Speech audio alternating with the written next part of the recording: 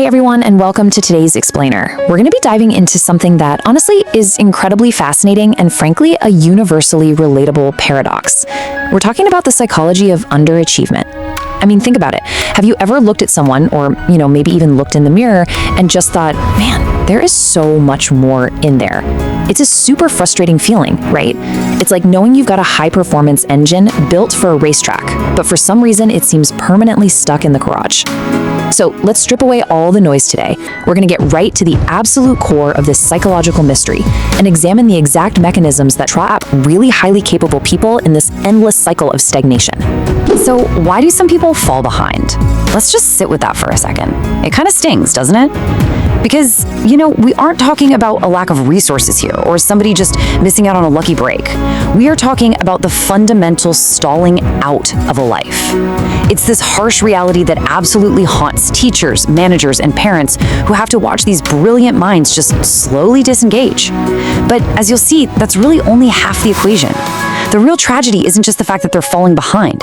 It's that they're falling behind, despite having great potential. And right there, that is where the true psychological fascination lies. It's that immense, almost tragic gap between what could be and what actually is. See, if someone simply lacks the necessary skills for a task, well, we logically understand that struggle. We can map out a training plan, right? Or we can just adjust our goals. But when that raw talent is undeniably there, when the intellect and the creativity are completely proven, but the outcome is still this persistent pattern of falling behind, well, then it becomes this massive, complex puzzle of the human mind. It completely defies logic, and it demands a much deeper psychological excavation. Okay, let's dive into this with section 1, the paradox of potential and the clash between expectation and reality. So when you possess great potential, but your tangible reality is this pattern of falling behind, it creates some profound cognitive dissonance. It's literally a war within the mind. The brain intrinsically knows exactly what it's capable of. It understands its own horsepower, so to speak.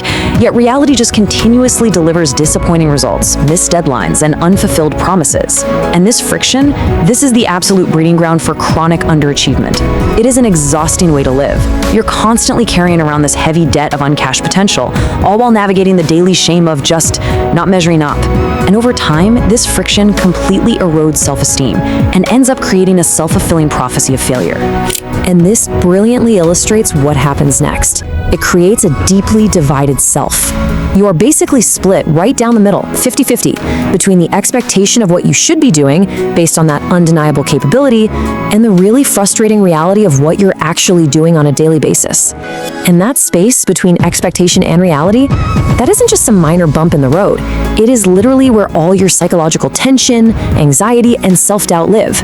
In psychology, we actually see this manifest all the time as crippling imposter syndrome or just profound burnout, because the energy isn't being spent on productive tasks. No, it's being entirely consumed by managing the sheer stress of this massive internal divide. The underachiever is essentially burning out from fighting themselves.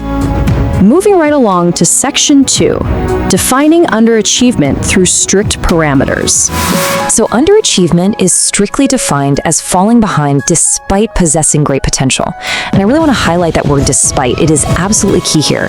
It forces us to look past the surface level. The hardware is pristine, right? But there's a ghost in the software. As researchers in this field constantly point out, it's not about having an empty engine. It's about having an incredibly powerful engine that's just stuck in neutral, revving and revving until it literally overheats. And this distinction is so crucial because it means the solutions have to be entirely different. You cannot tutor someone out of psychological underachievement. You can't just hand them a better planner or download a new productivity app for them and expect it to fix everything. The intervention has got to target those invisible psychological roadblocks, not just the visible lack of output. Which brings us to section 3, why we fall behind and uncovering the root cause. Let's summarize this phenomenon. It's not a lack of ability, and it is entirely driven by psychological factors. But, what actually are those specific factors? Well, when we really dig into the psychology of underachievement, a few key culprits emerge. First off, there's the fear of failure. Now, I know that sounds a bit counterintuitive, but a lot of folks would honestly rather fail by simply not trying. Why? Because that protects their ego and preserves the illusion of their great potential rather than trying their absolute hardest and risking a genuine failure. Secondly, perfectionism plays a massive role here. It completely paralyzes action.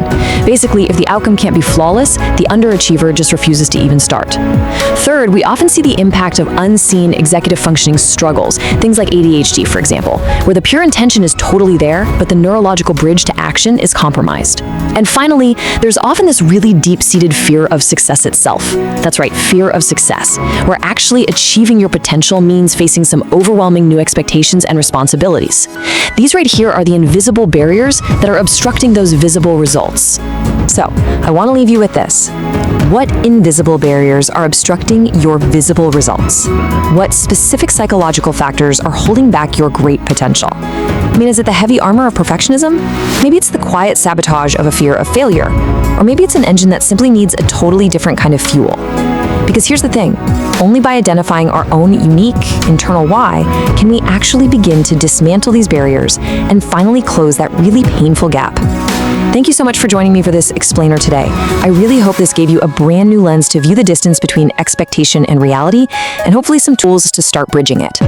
Keep questioning, keep learning, and I'll see you in the next explainer.